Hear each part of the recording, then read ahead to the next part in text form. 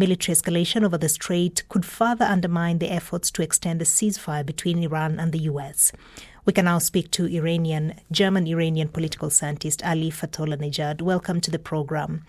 Now, is the U.S. able to completely stop Tehran's ability to disrupt traffic on that strait?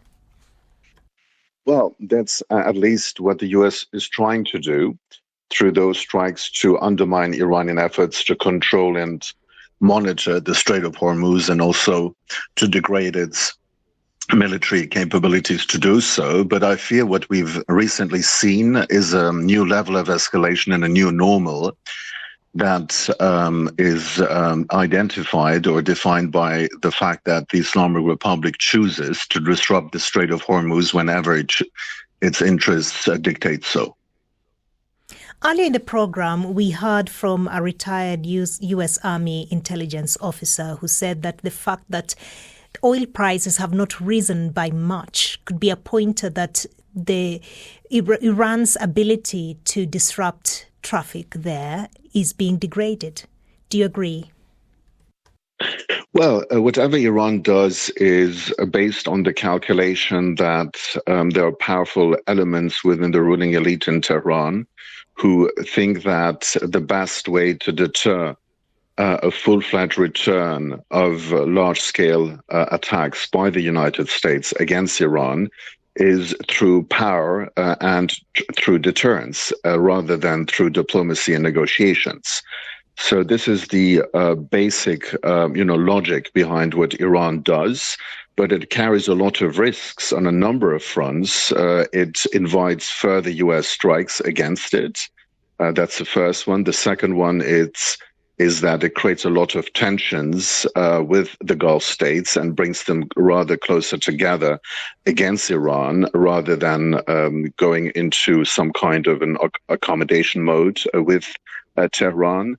And thirdly, it could also lead, if, for instance, the U.S. naval blockade against Iran is reinstated, it could lead to Iranian oil exports that are absolutely vital for regime resources to be undermined. So it carries a lot of risks.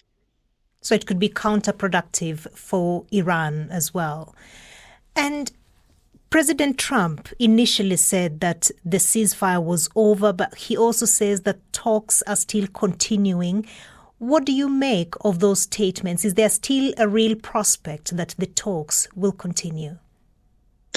Well, first of all, what he says signals a kind of deep frustration given the resumption of Iranian attacks on international shipping in the Strait of Hormuz, notably against the Qatari LNG tanker. And do not forget that those Iranian-U.S. negotiations have also happened in the Qatari capital of Doha. So this is a lot, this is a signal, a lot of frustration by the American president about Iranian behavior.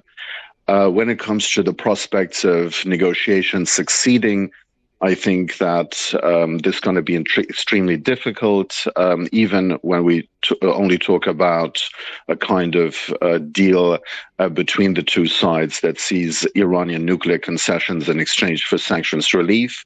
From the Islamic Republic's perspective, there is also frustration about the lack of frozen assets that have been released, the lack of ceasefire on all fronts that would also involve the Israel-Lebanon front or the halt of Israeli attacks against Hezbollah there.